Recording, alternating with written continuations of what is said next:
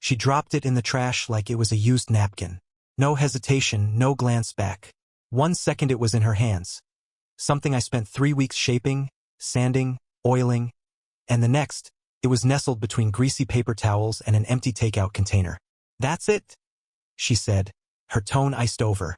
"You're a retired shop teacher and you couldn't even buy me a real gift?" She didn't even open the lid. Didn't see the lining I had stitched in with her father's favorite tartan pattern. Didn't notice the initials E.T. burned into the underside of the lid with the same calligraphy he used in his World War II letters. I hadn't told her I found those letters. I hadn't told her I spent 2 hours just matching the curves of his penmanship, using a magnifying glass and an old ink bottle he left behind. She just walked out, clicked her heels over the hardwood, and left the faint smell of Dior and disdain trailing behind her. I sat in silence for maybe 30 seconds, long enough for the jazz station to shift from Chet Baker to something slow and too sweet. I turned it off, got up, walked into the kitchen and stared at the trash.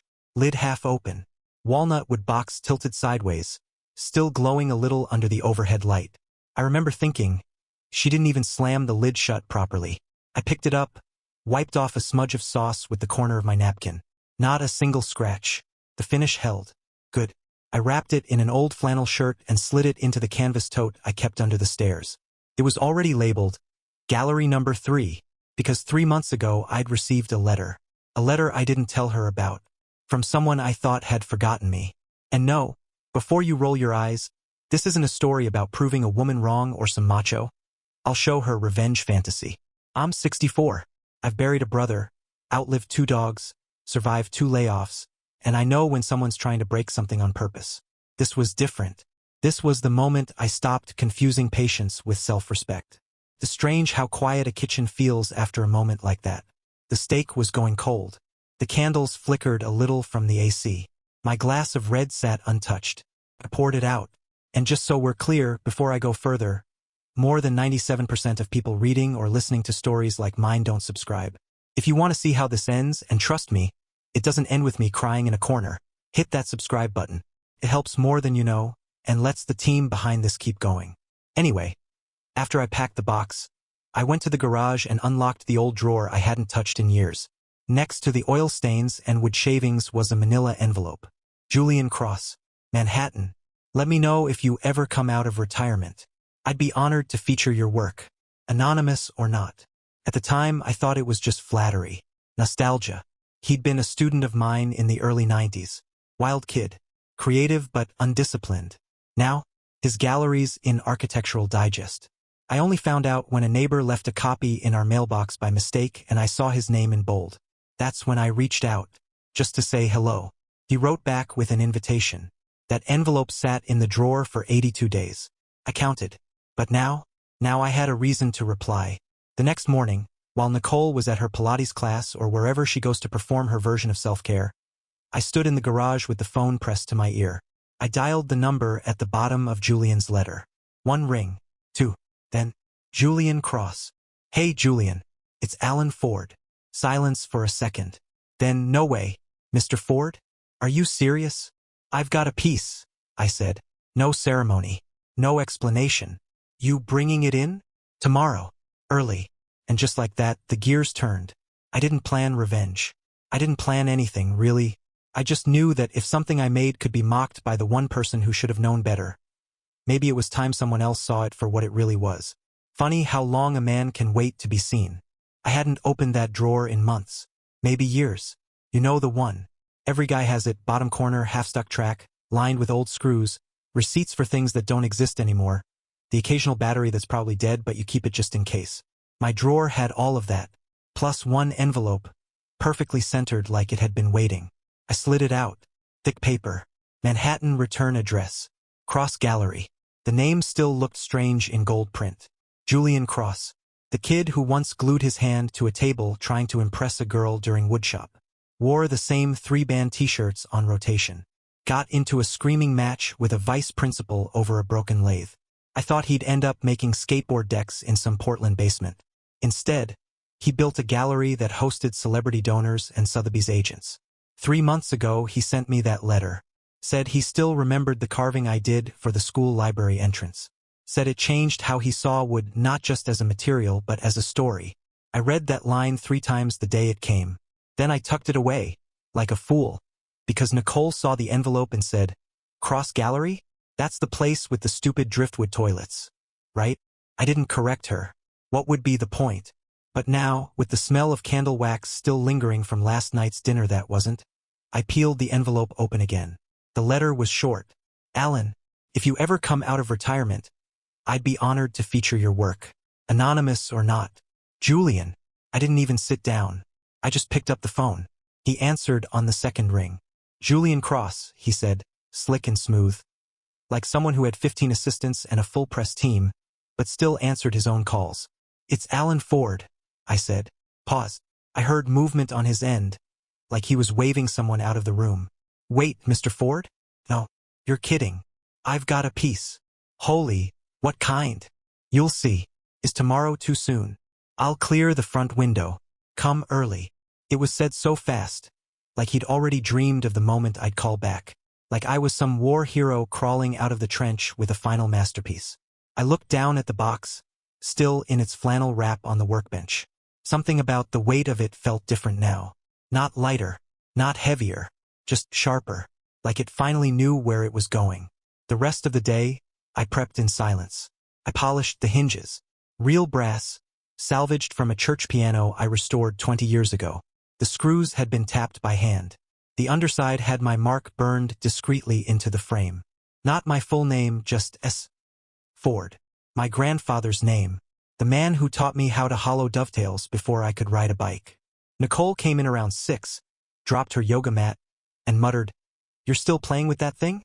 I said nothing. She didn't notice the canvas tote by the door. She didn't ask where I was going in the morning, and I didn't offer it. There's a strange clarity in being dismissed. You stop trying. You start moving. Quietly, efficiently, with the kind of focus people only mistake for coldness if they've never seen a man come undone and rebuild himself piece by piece. I didn't sleep that night, but not out of anger. It was something else. The workshop light stayed on. The box sat in the center of the table, under a single bulb, glowing like it was breathing. By morning, I decided I wasn't bringing her name with me. Not to the gallery. Not to the story. Let the world decide what something's worth without her voice in the room. The drive into the city was longer than I remembered. Not just in miles, but in weight. Like every freeway exit whispered, "You sure about this, old man?" You could still turn back. Toss the box in a pawn shop. Pretend it never happened. But I didn't build it for a pawn shop. And I sure as hell didn't build it to rot beneath Nicole's week-old kale trimmings. I kept the windows cracked just enough to let the fall air in. Cold, clean, grounding. The canvas tote sat upright in the passenger seat, seatbelt buckled across it. It looked like a passenger, or maybe a casket. I didn't let myself decide which. The city swallowed me like it always did. Glass towers, impatient horns, the smell of exhaust and espresso from overpriced cafes with names like Fork and Anchor.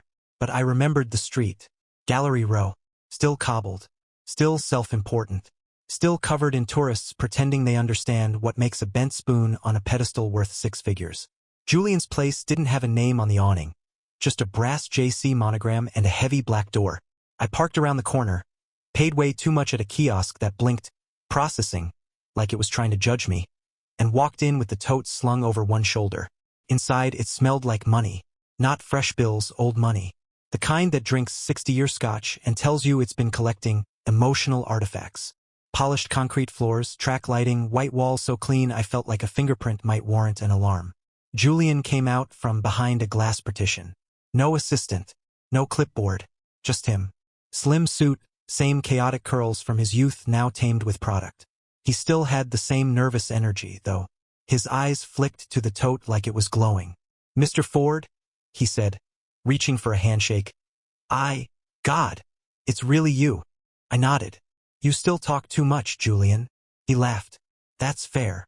I set the tote on the nearest table and unwrapped the box with deliberate slowness. No flair. No reveal music. Just silence. When I finally opened the flannel, his breath hitched. He didn't speak for 20 seconds. A long time in gallery terms. The jewelry box sat there, black walnut, gleaming under the gallery's perfect light. The grain flowed like smoke. The joints seamless. The lid opened with a whisper, revealing the green and burgundy tartan lining. brushed smooth and folded with surgical precision. The engraving inside the lid caught the light, E.T. Julian ran his fingers just above it, never touching. His voice lowered, reverent. "This is breathtaking." I stayed quiet. He looked up. "Are you sure you want to stay anonymous?" "Absolutely." He studied me. "You could have your name in every art journal tomorrow." "I'd rather have silence today." He nodded like he understood, maybe more than I expected him to. He picked up a small gold placard from the desk and scribbled quickly. "Artist S. Ford." Then he turned the box and placed it into a glass display in the center of the room. Central. Featured. Elevated just high enough to make people lean in and whisper like they were at a funeral. He tapped a few keys at the front desk computer. "I'll put it at 150,000. I asked dry. He smirked. "It's underpriced." I almost smiled. Not because of the number, but because for the first time in a long time, someone looked at what I made and didn't see garbage. Before I left, he handed me a sealed envelope. "Provenance slip. You don't need to sign anything unless you change your mind about anonymity." I didn't take it. "Keep it with the piece." He paused. "Anything you want me to say if people ask?" I thought for a second. "Just tell them it holds what was never valued." He exhaled through his nose like that line landed somewhere deeper than he expected. I walked out without fanfare. No one turned to look. The security guard held the door like I was a courier, not the man who made the most valuable item in the room. Perfect. On the way home, I didn't turn on the radio. I didn't answer Nicole's one-word text, "Dinner." I drove in silence, every mile pulling me further from the man she thought she married, and closer to the one I'd quietly been all along. She almost didn't go in. Nicole and Leah had already browsed 2 boutiques, tried on overpriced scarves they had no intention of buying, and taken 3 selfies outside an avocado-themed cafe neither of them liked. "One more," Leah said, pointing at the sleek glass storefront across the street. "Julian Cross Gallery. Might as well see how the rich people pretend to feel feelings." Nicole rolled her eyes. "That's the place with the weird toilet statues, right?" Leah shrugged. "Probably. Come on. It's freezing out here." They stepped inside, heels clicking against the polished concrete, swallowed by silence and white walls. Nicole barely looked up. Her fingers were still scrolling through some influencer's yoga retreat when Leah elbowed her gently. "Oh my God," Leah whispered. Nicole looked up. There, dead center of the gallery under a halo of light, encased in glass like a crown jewel, sat the box. Her box. The same grain pattern, the same dimensions. The rare black walnut wood. She knew it without a doubt. She'd handled it once, barely, and even then only long enough to call it trash. Now it glowed, gleamed. The tartan lining peeked out from the half-open lid, casting a subtle green warmth against the sterile white room. She froze mid-step. No, that's mine," Nicole said aloud, stepping forward. A few heads turned. Her voice had cracked. She moved quickly to the pedestal, her hand brushing the glass. A brass placard at the base read, "Artist S. Ford, $150,000. In honor of things discarded before their worth was seen." Her heart kicked sideways in her chest. "Is this a joke?" she muttered, louder now. Leah leaned in, jaw slack. "Wait, Alan made that, didn't he?" Nicole nodded. Her eyes darted around like she was searching for a hidden camera. She banged her knuckle lightly against the glass. "This is my husband's work. He made that for me." At that moment, a tall man emerged from behind a white curtain. Clean suit, black frames, gallery polished calm. "Julian Cross. Is something wrong, miss?" he asked, voice neutral. Nicole pointed at the display. "That box. My husband made it. He gave it to me 2 nights ago. This has to be a mistake." Julian studied her, his expression unreadable. "I'm sorry," he said, "but that piece is by a private artist we've partnered with for an anonymous series. The artist's identity is protected." Nicole stepped closer, face tight. "That's not a series. That's my anniversary gift. He made it from black walnut. Lined it with my father's tartan." "Your father's tartan?" "Yes, that lining inside the box. It's from one of his old shirts. Alan kept it after he passed." Julian tilted his head. "That detail wasn't in the artist's submission." Nicole's hands clenched. "Because he didn't submit it. I threw it away." Her voice rose at the end, a whisper but sharp. Leah shifted uncomfortably beside her. glancing around as other guests started paying attention. Julian blinked. You threw it away? Nicole flinched. I didn't think he'd. Julian cut in, polite but cold. Then perhaps the value wasn't obvious to you at the time. She looked back at the box, face tightening. Her lips parted, then shut again. She hadn't expected it to hurt. Not like this. Not in public. Not with strangers watching. This has to be a misunderstanding, she said, breath shallow. Can I talk to the artist? I'm afraid not. But he's my husband. Julian raised an eyebrow. Are you sure he wants to be recognized as such? The words hit harder than they should have. Leah blinked like she'd been slapped by proxy. Nicole swallowed. That's mine. Julian's tone stayed soft, almost surgical. Not anymore. He gestured toward the glass. It belongs to the gallery, and soon likely to a collector. Nicole took a step back. He's doing this to spite me. Julian remained silent, which somehow felt louder than any insult. She turned to Leah. I threw it away because he made it, not because I didn't care.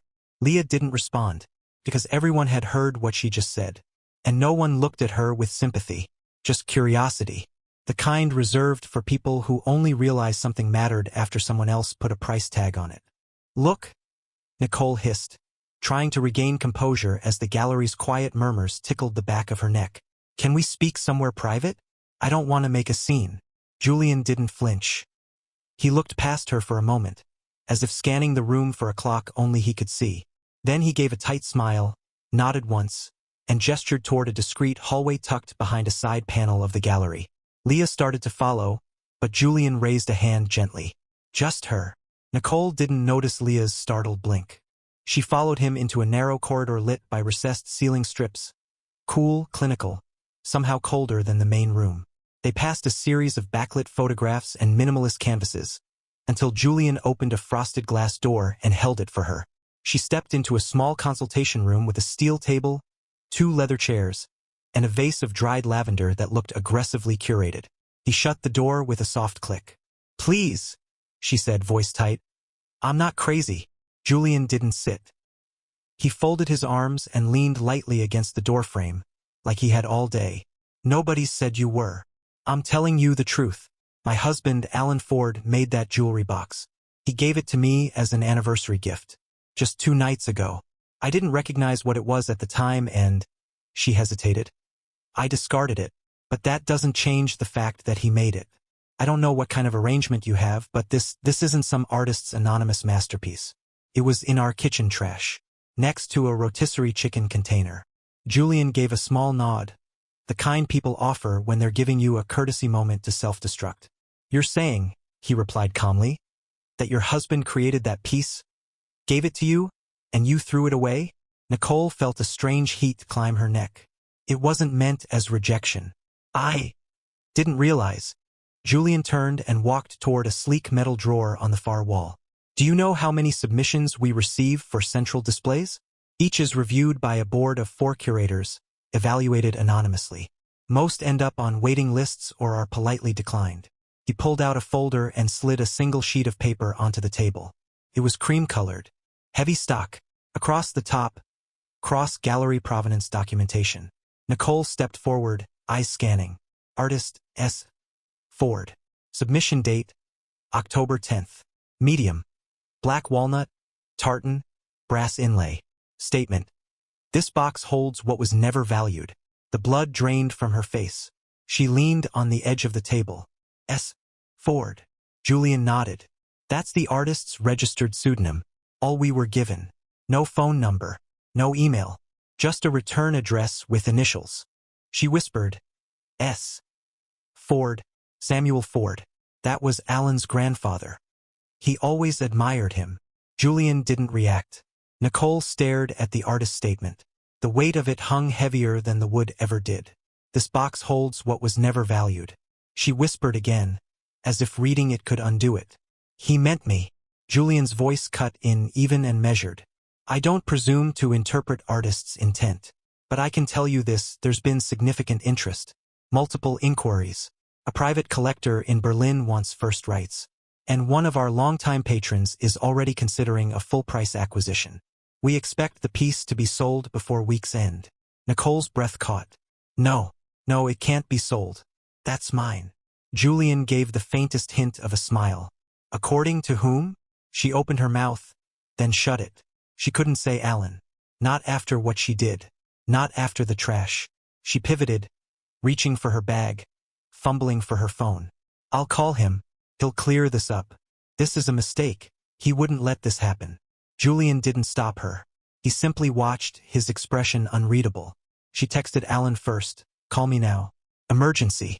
No response. She called. Voicemail. Again. Again. Again.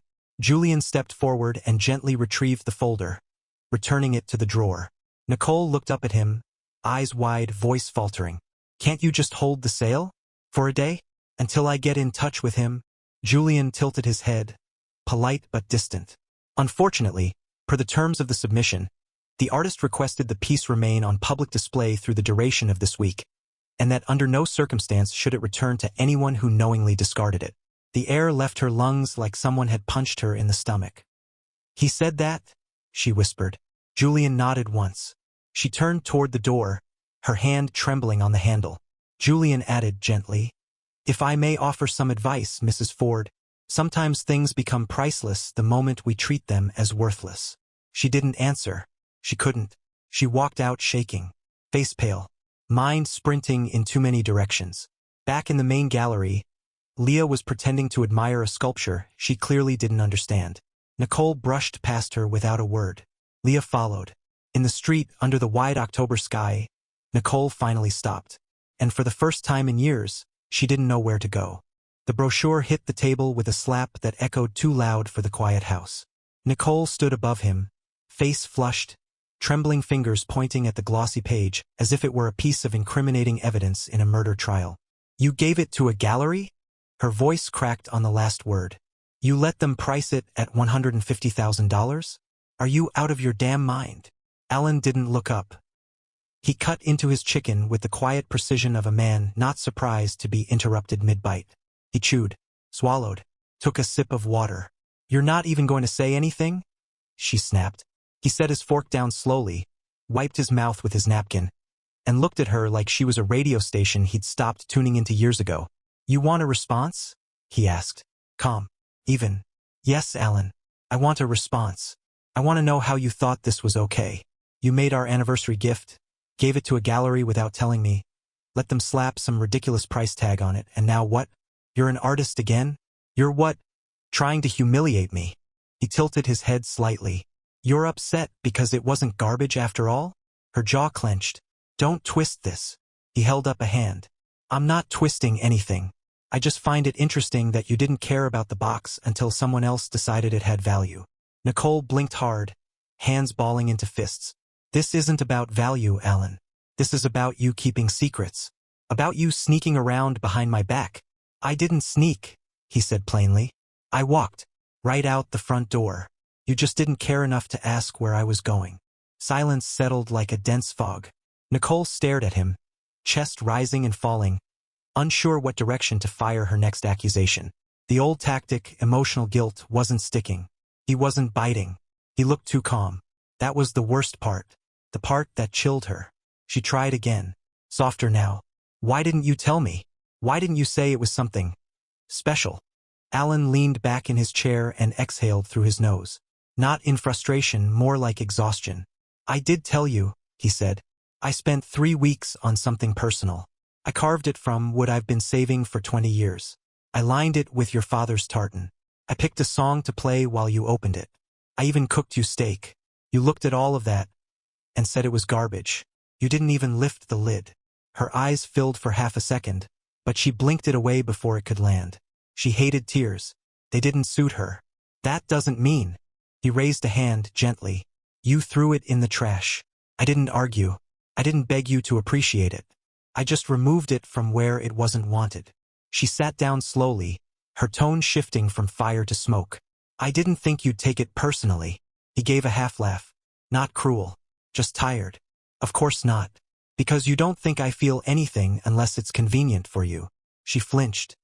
He leaned forward now, arms resting on the table, his voice low but steady. Here's the truth, Nicole. You don't actually want a husband. You want a stagehand.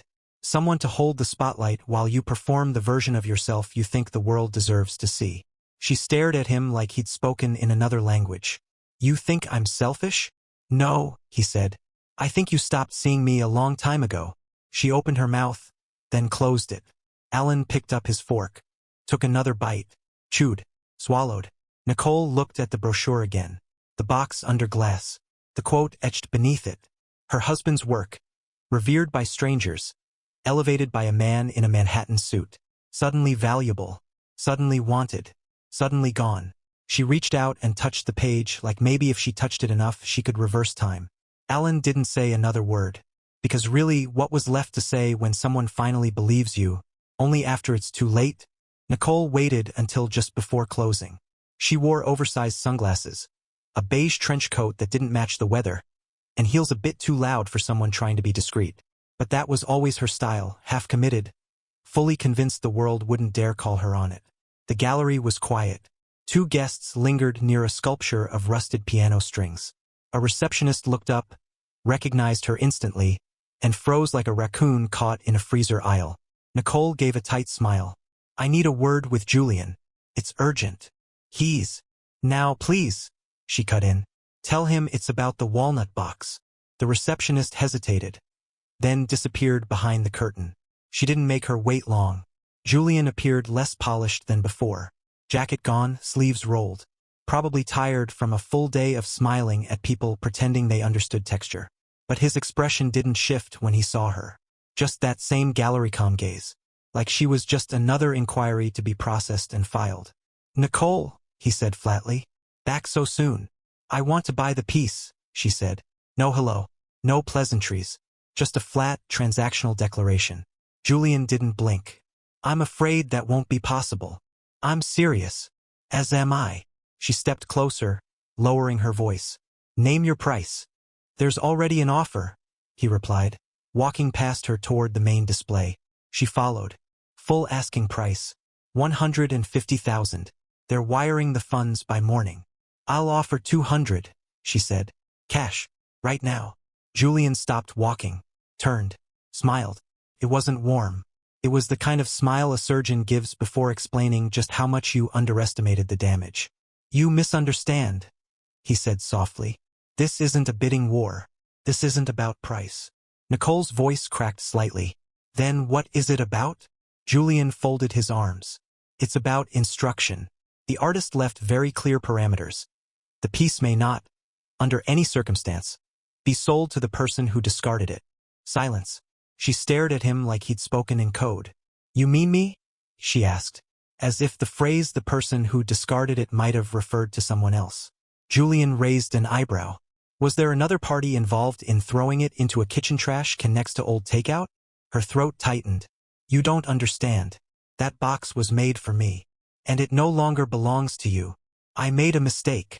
Julian stepped closer. His tone was low, deliberate. So did he. For years. Until now. Nicole blinked rapidly. You're punishing me for not understanding its worth? I'm not punishing you at all, he said. You already handled that yourself. She glanced around, voice rising slightly. This is ridiculous. I'm offering $200,000, 25% more, for something that came out of my marriage. You're really telling me you're going to reject that? Julian didn't waver. Yes, she scoffed. You think you're protecting art? You're protecting spite. No, he said almost gently. I'm protecting intention. Nicole stepped back. Her eyes darted to the glass case. The box sat exactly where she left it days ago, except now it wasn't hers. Not even remotely. Its ownership had shifted, not just legally, but emotionally. It had been repurposed, sanctified, reborn through someone else's eyes. She felt small. That was new. Even when she'd mocked it, she'd still assumed ownership. Still assumed the right to reclaim. But Julian was calm, final, professional. You should go, he said. She didn't move. He added, the buyer will be here shortly to view it before the paperwork's finalized. I don't think they'd appreciate a scene. Her mouth opened, closed. She turned, walked briskly to the door. No goodbye. Outside, the city buzzed obliviously. Horns, cyclists, a food cart grinding metal. Nicole stood at the curb like someone just locked out of their own home. She hadn't lost the box. She'd been banned from it, and no amount of money could undo what she'd already thrown away. Nicole didn't wait for him to leave the house. She waited for him to fall asleep. Alan had always been a deep sleeper, especially lately. Maybe it was peace. Maybe it was distance. Either way, the moment his breathing grew slow and even, she slipped out of bed like a thief. She crept into his workshop. Not the garage where he kept tools, but the smaller side room he converted back when things were better, when she still called it his little sanctuary. Before that phrase turned mocking. The room was surgical. Everything labeled. Every chisel polished and hanging like it was museum property. The drawers were unassuming. Except one. Bottom left. Brass lock. Slightly newer wood around the keyhole. Like it had been installed recently. She jiggled it. Locked, of course. Alan didn't lock anything. Never had. Not his phone, not his filing cabinet. He was either careless or trusting. But now, she was locked out. That meant something. And her heart didn't like what it implied. She looked around the room. Checked under the seat cushion. Behind the wall clock. Found nothing. Then, in the far corner, under a bundle of unused linen rags. A small tin box. Inside old keys. One by one. Click, click. Finally, clack. The drawer gave. She opened it slowly, pulse rising. No stacks of cash.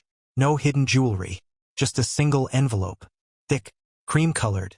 Her name wasn't on it, but there was something written in careful block letters across the front. Only open if you ever respected what I built. Her hands paused, then tore the seal. Inside, one photograph and a folded sheet of paper. She pulled out the photo first. It was old, sun-faded but crisp. Alan, maybe 28, standing in front of a hand-carved archway that read, North County Carpentry School. His hair was darker, face leaner, smile wider. Next to him, a scrawny kid with wild curls and a crooked grin. Julian, half his size, beaming like he just shook hands with a god. On the back, Alan had written in faded ink, Julian, 1993, said he'd make wood into art. I said, art's just craft with better lighting. He said, then I'll build the light too. Smart kid. Nicole blinked. Her throat tightened. She unfolded the note beneath it. It wasn't long. Legacy isn't what you buy. It's what you destroy by laughing. That line punched a hole through her chest.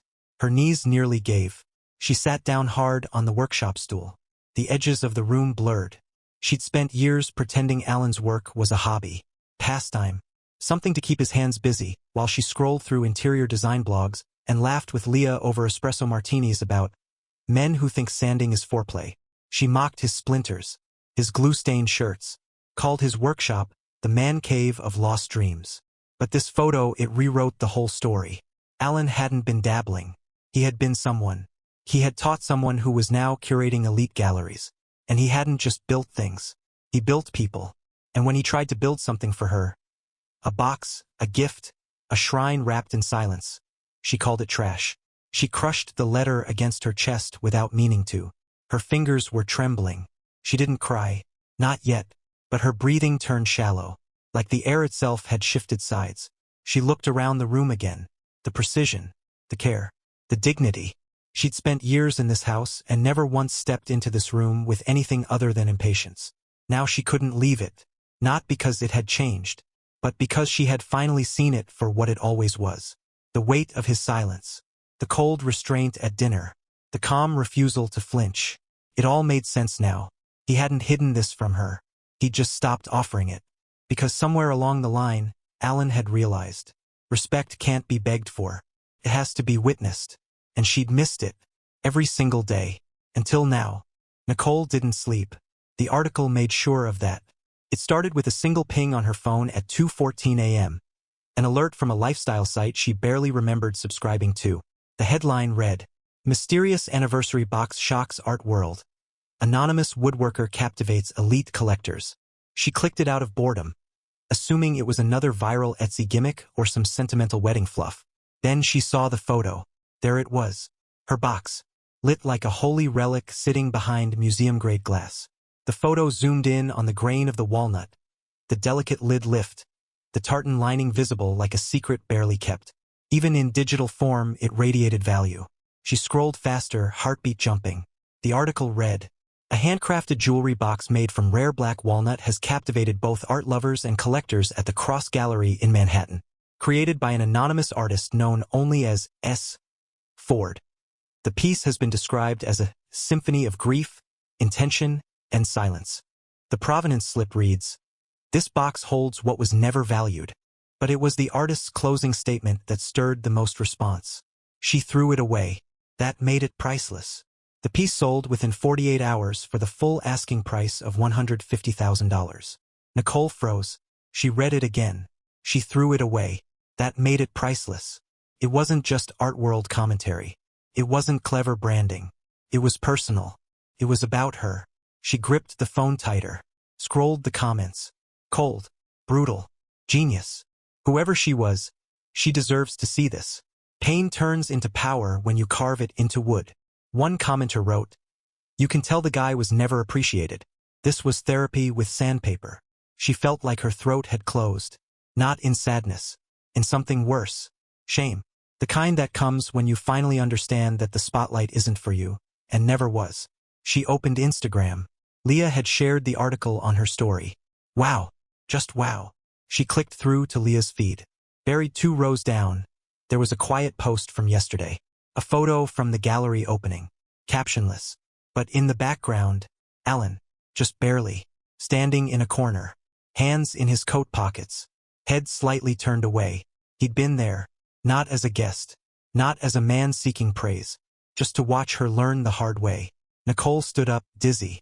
She walked into the kitchen and poured herself a glass of water she didn't drink. The house was quiet, too quiet, the kind of quiet that feels like something's missing. Then she heard it, footsteps on the stairs. Alan. He came down dressed, travel bag in hand. That old leather duffel he used on weekend fishing trips. He wore a charcoal sweater, jeans, and his wedding ring. She noticed the ring. "Where are you going?" she asked, voice hoarse. He didn't stop walking, just passed her like she was part of the furniture. "To someone's place," he said calmly. "Where my work isn't garbage." She winced. "Alan." He stopped, not to console her, just to finish what had been started years ago. "I left you something in the drawer," he said. "Not a letter, just the key. You can lock it again. Or not. Doesn't matter anymore." Her breath caught. "You're leaving me." "No," he said, looking her straight in the eye. "You left me.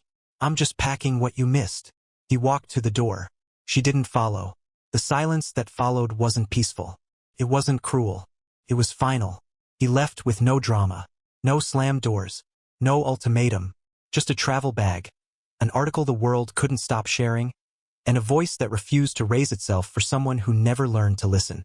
2 weeks passed like a punishment she couldn't name. Nicole had stopped opening texts from friends. Stopped answering calls from her sister. Stopped pretending to organize the house like she was cleansing her space. Alan hadn't come back. Not to the bedroom. Not to the workshop.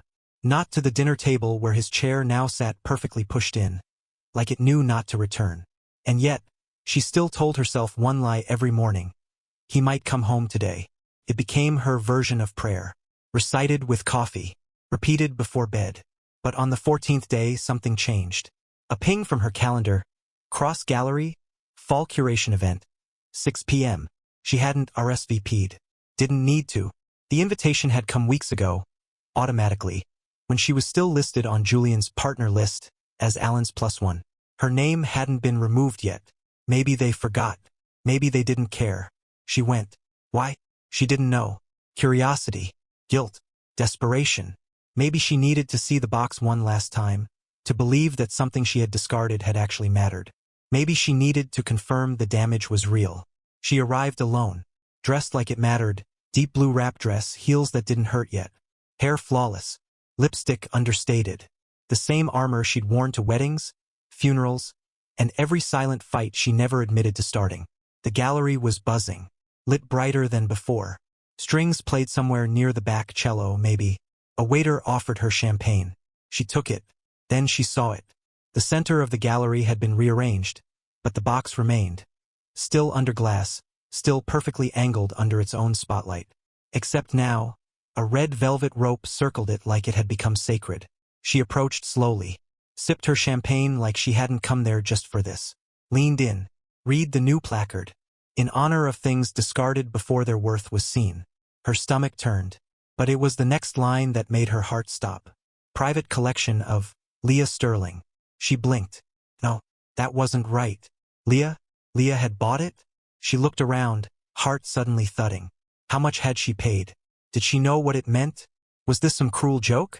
Then came the last line. Small, faint print beneath the buyer's name. From the estate of S. Ford, curated by A.L. Ford.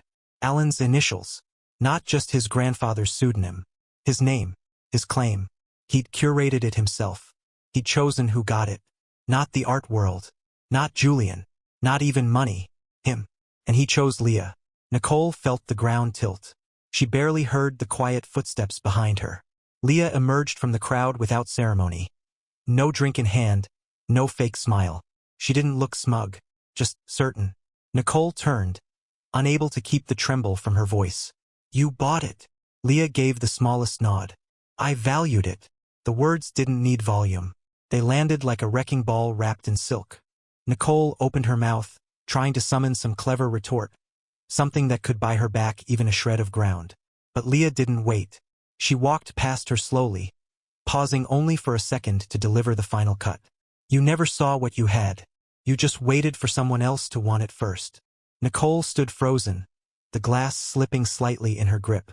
The music played on. Guests murmured around her. No one looked twice, because humiliation, when delivered gently, is easy to miss unless it's yours. She stared at the box one last time. But this time it didn't look like hers. It looked like his. Always had. Always would.